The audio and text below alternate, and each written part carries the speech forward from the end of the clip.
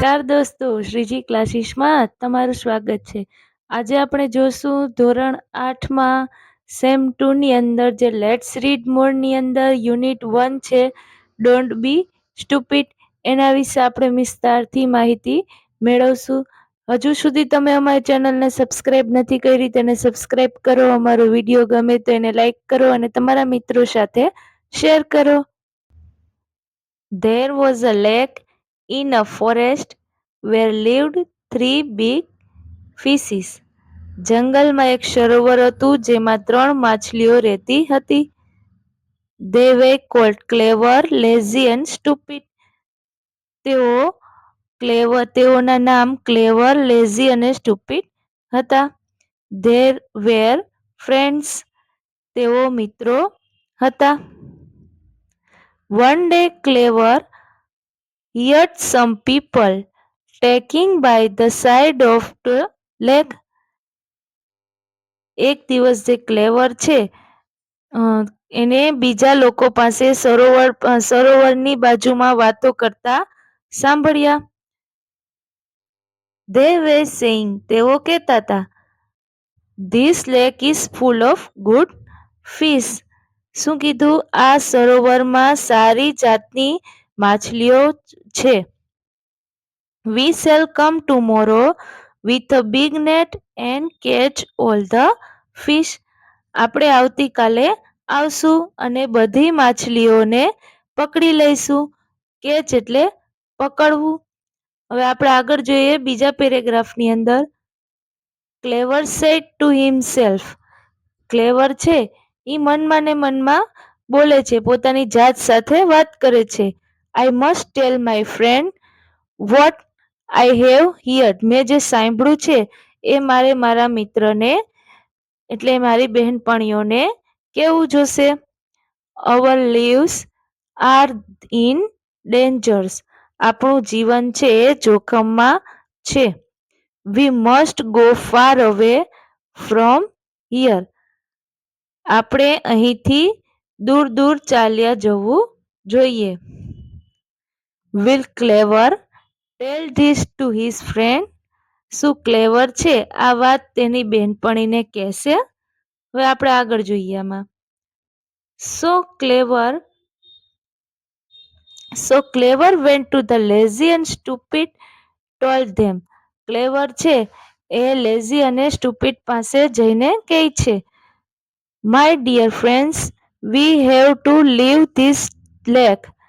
શું કીધું કે મારા વાલા મિત્રો, આપણે આ લેક એટલે તળાવ અથવા તો સરોવર એને આપણે છોડીને જવું પડશે.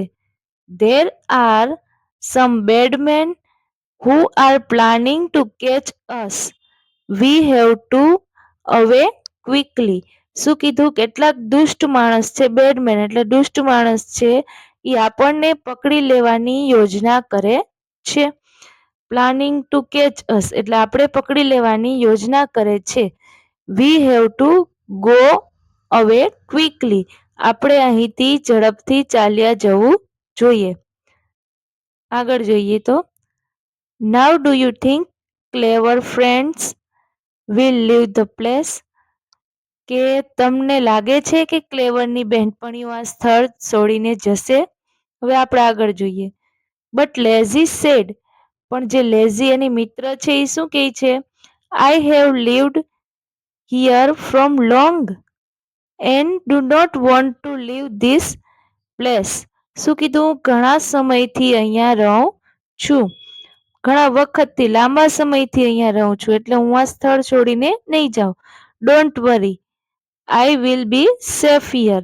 એ કે તું ચિંતા નહીં કર, હું અહીં સુરક્ષિત રહીશ. And stupid said. અને સ્ટુપિડ શું કહે છે? A big man always make big plan. Stupid એમ કહે છે મોટા માણસો છે આવી મોટી યોજના કરે. But what they say they never do. પણ તે કહે છે તેવું કરતા નથી. They talk and talk of this is that.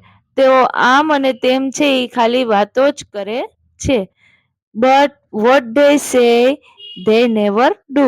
પણ તે કદી કંઈ કરતા નથી.